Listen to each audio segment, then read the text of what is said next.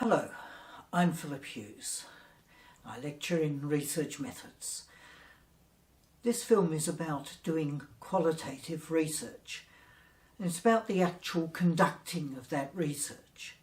The film assumes that you've been well prepared for your research.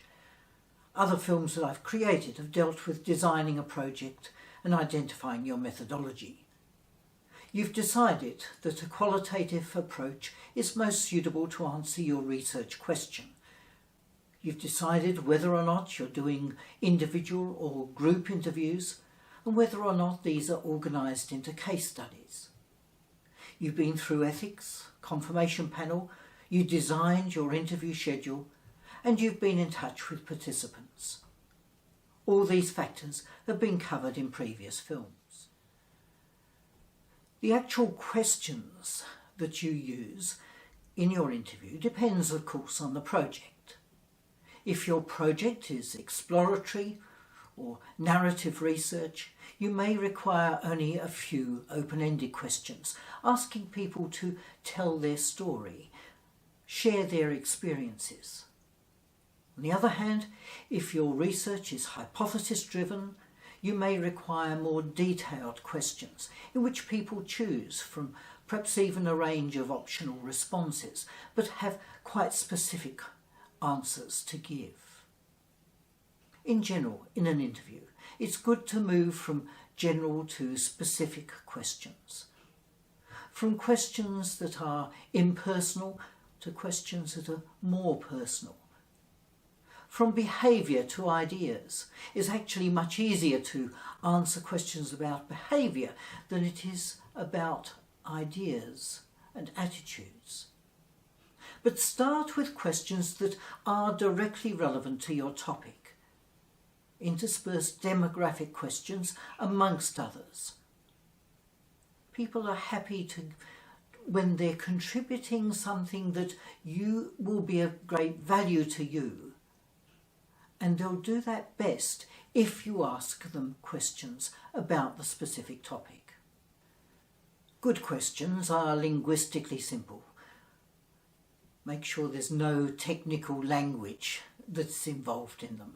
That they're conceptually simple, just one idea at a time, and work through those ideas.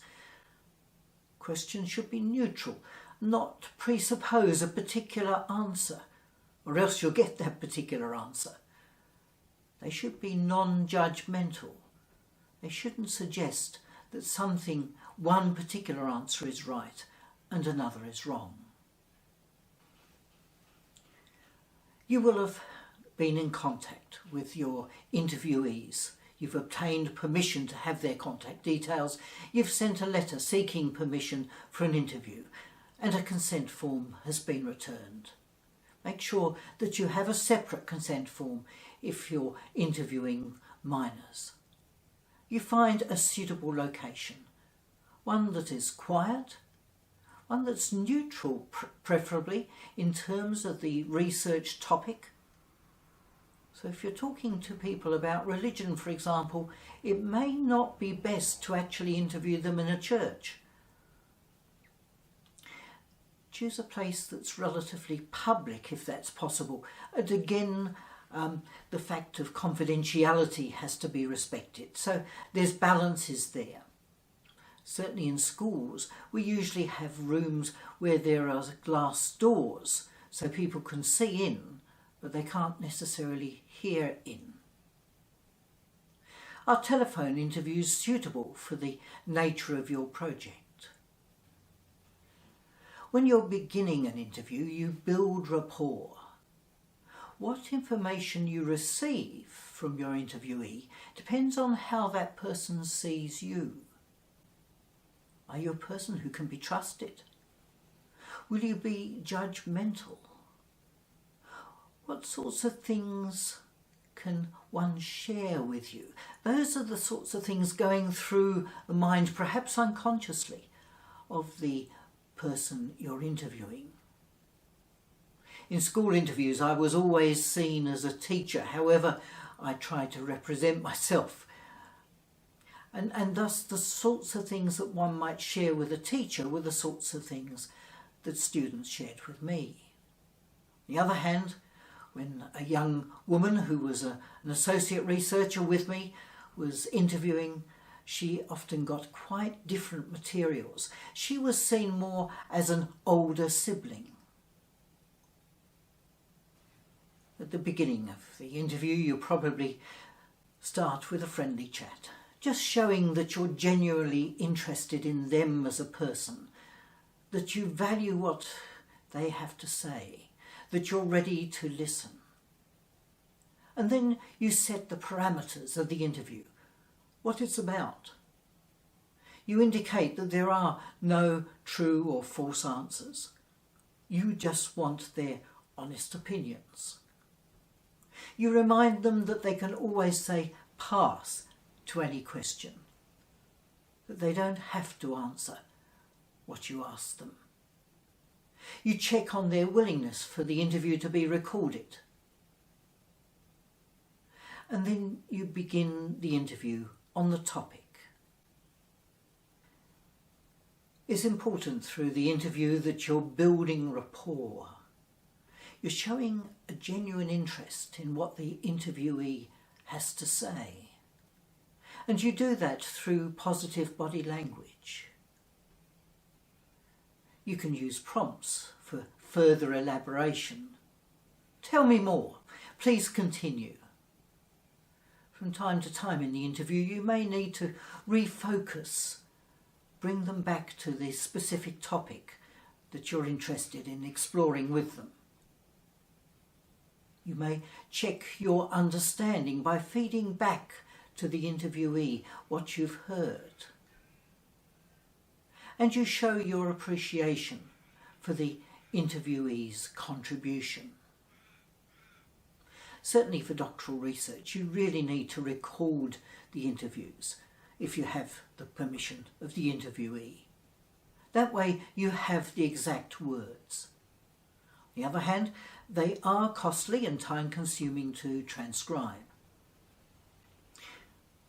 It's also important to take notes, detailed notes. You can record the situation and the body language. You can begin even some process of categorization as you make notes of the sorts of responses that they've given. On the other hand, just be careful, because making notes can hinder the development of rapport. It means that you're not quite making the same eye contact with the interviewee. Both recording and making notes at the same time is possible, but it needs a high level of prior organisation. Just remember that audio recordings are usually fine. They can be relatively anonymous. People won't understand who it is easily. Video recordings cannot be made anonymous. You can't de-identify the person. And so video recordings are not usually made for research unless you have special needs to record the person visually. After the interview, it's important to write up your notes when the details are still fresh in your mind. In terms of the transcription, I usually use drag and dictate. In that way I can listen to the interview through headphones, and as I listen to it I repeat the words, and the drag and dictate will put them onto the computer. It's certainly by far the quickest way of doing a transcription. And I can usually do a transcription of a half-hour interview in less than an hour and a half that way. You can also use the vivo transcription service, and that's a relatively cheap way of getting your transcription done. It's important to do the transcription well to prepare it for analysis through a program such as vivo. It is possible to use audio recordings in vivo, but these are not as flexible for analysis, and personally I wouldn't recommend it. In preparing the interview, the transcription, it's important to have the interviewer's name or initials above each of the questions that the interviewer asks. In that way, the vivo can do auto-coding, which actually separates out what the interviewee says and what the interviewer says. It's also important to put the questions in as headings in the interview and to use a particular heading style to do that. When you've done that, the vivo can use auto-coding to actually separate out the material related to each question. And thus you can easily analyse the various responses from different interviewees to the same question. So upload your documents into vivo. You can use AutoCode facility to identify each question then and the materials related to it, and that will produce nodes for each question so that you can analyse the responses to it.